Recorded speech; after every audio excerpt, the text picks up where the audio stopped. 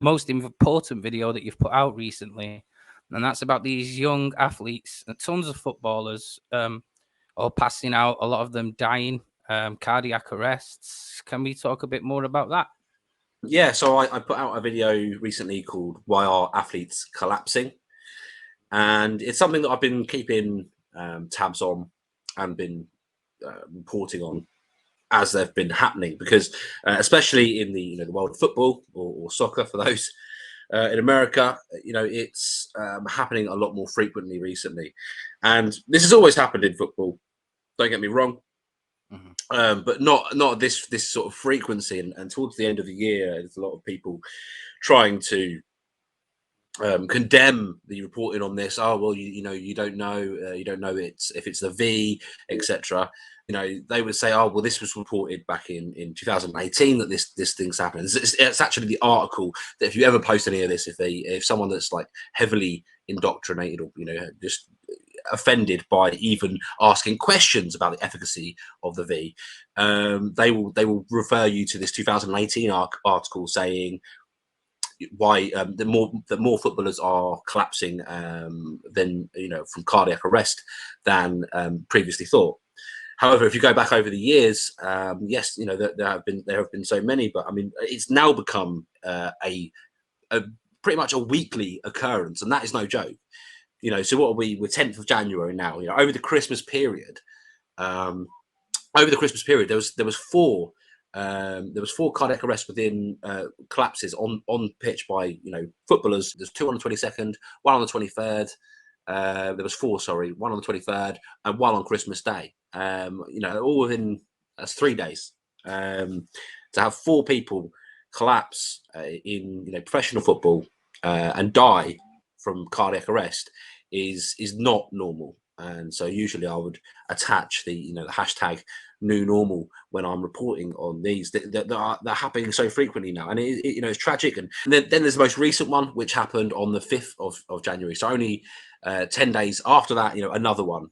So it is like it's become like a weekly occurrence, and this is not normal. And there are professional footballers, ex-professional footballers, people like Trevor Sinclair, Matthew Le Tissier, who's doing a lot of interviews at the moment, who are starting to speak out and say, look, this is not normal. I've had a professional career in this sport. Yes, it happens from time to time, but for certainly the second half of 2021 and the beginning of and for someone to already have had died from cardiac arrest on the football pitch in 2022, the frequency of this is not normal. There's something going on. Something's happening at the moment. The most obvious things would be perhaps the C19 and the V, right? Okay, so both of them have been noted to and you can go on the government, you can go on the UK government website, you can see this. So the V and even now they're saying C19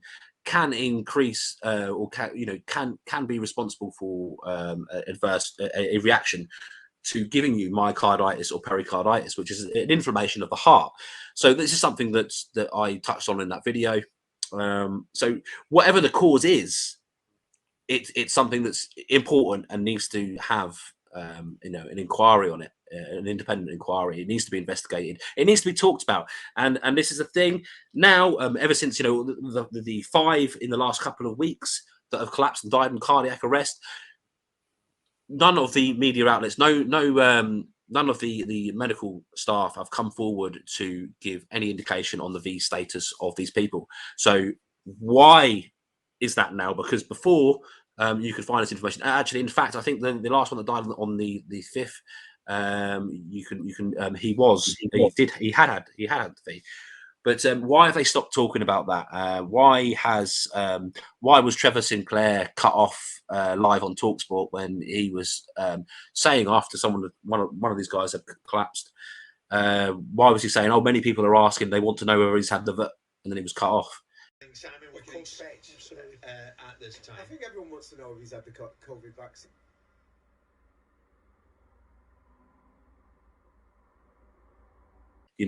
Why is there this media brick wall?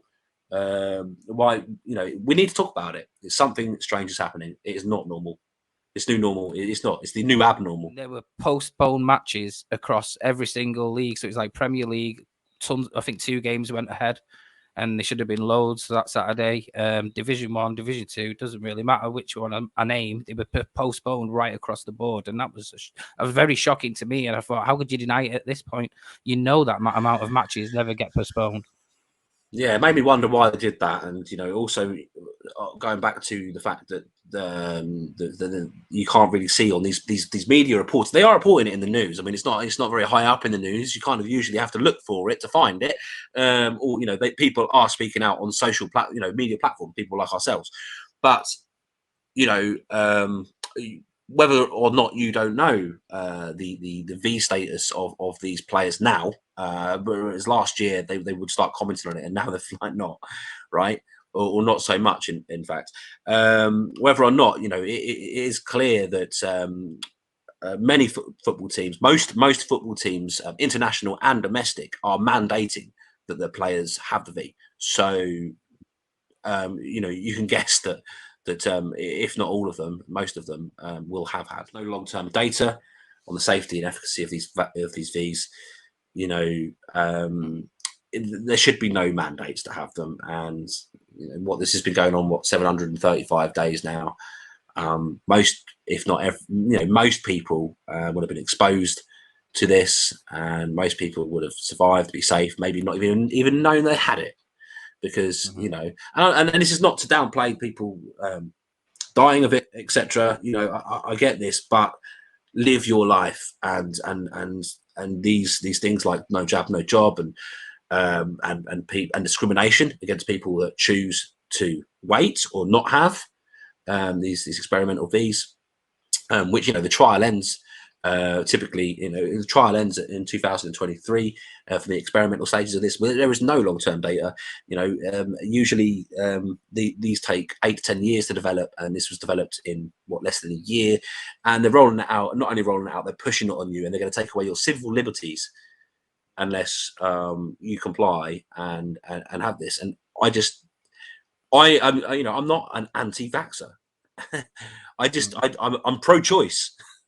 And that's it. If people want to have this, that's their own business. If I'm going to look into and investigate, which we all should be doing, whether you've had it, whether you're pro, whether you're not, we all should be going, okay, so what's happening here? And obviously the way that things usually would go is they would test them and would see over time, and then they would roll these things out. And obviously, because of the state of emergency, these things are being forced on us. Basically, civil liberties will be removed, your job will be in jeopardy, etc., if you do not comply. And I think this is very wrong and something that we should be taking very seriously. And there should be no discrimination around this matter. Highlights of 2021 which was when you had a word and you did try and reason with him, and even though you were in character, which was funny at first, and until you took the wig off, and then you was very real, saying, why don't you come clean? And this guy, he basically, you might remember us talking about Greg Hallett on our first episode, the guy who would be king. And then this new guy, who we know as his security guard from 2020, popped back up on the scene, claiming that he was the king now and going under the alias of Arthur PenDragon, and also claimed that he was Patrick Kennedy. He was a supermarket security guard, we found out in 2020. He was the bodyguard for Greg Hallett, who we know was someone claiming to be king, who was fake, and that was debunked. And then we find out that Greg Hallett goes away, and a year later, or less than a year later, Gareth had decided to call himself king, right? And oh god, that was a hoot to look into. But he knew who I was. He knew that I'd done videos. I'd done a video about debunking him, and so it was difficult for me to try and investigate and get an interview the guy without going undercover. So such was the birth of Ron Jeremy, where I wore a wig. I shaved my beard into a handlebar, put on an American accent, and I went undercover to catch a grifter, which is what the title of that video is. We've got to talk about the fact that he's been arrested and he's currently still in jail, I believe, for fraud. Yeah, I mean, It's not surprising, but it was, hilarious. Again, I reported on this. We acquired the footage from being arrested. He is still in prison to this day for fraud, funnily enough. You just punched me in the face. I'm dealing with this. Cameras on. And the one who's got the taser just threatened to taser me. Yeah, did you? Right, it's on my camera. You can work yourself out then, can you? Could you let go of me? No. What's your name? Opportunity. You give me the opportunity to Dealing with this. We're not giving you anything. Well, we're dealing with it. All right. And bearing in mind, he was pretending to be some agent, ex-military man, and he was actually, a co-op security guard. And considering he was claiming to be the king of bloody England, right? And he wasn't, being arrested and jailed for fraud, it maybe shouldn't come as so much of a surprise for us. Especially when he was trying to falsify claims. Obviously, after I'd done this video and I had debunked him and tried to reason with him, he was trying everything under the sun, legal letters that I must remove, legal letters from made-up courts that I must remove the content. And then, when I just laughed at these fake documents from a fake court, he decided to get nasty and try to spread rumours, which did fly around some very dumb people, or very easily influenced people, let's say, that would reshare retweets from accounts coming like fake Trump accounts, etc. Right? Mm-hmm. Come on, saying that I was a pedo, and that's just awful stuff. But so it's no surprise he got jailed for fraud, and even him saying he's Patrick Kennedy, son of JFK. For one, he looks nothing like the Kennedys, but for two, we caught him out on his age. He said he was 40. He said he was 40 years old. Patrick Kennedy would be 58 right now. And when that was one of that was probably the main moment of revelation where he thought that I was on his side and we were talking, and I started bringing out the facts, and he was speechless. And so no, he's still going today. I've still got I got a tweet the other day from one of his main followers saying, Constable whoever put him in prison, and M Sneaker of Lies, this is your last chance to act. Release Gareth from prison. Like, what? You actually think I have control? You actually think, one, I had anything to do with his arrest? Although if I could assist that investigation, I certainly would, and be like, here's all the fraud I've uncovered. Just to go your investigation, of course I would.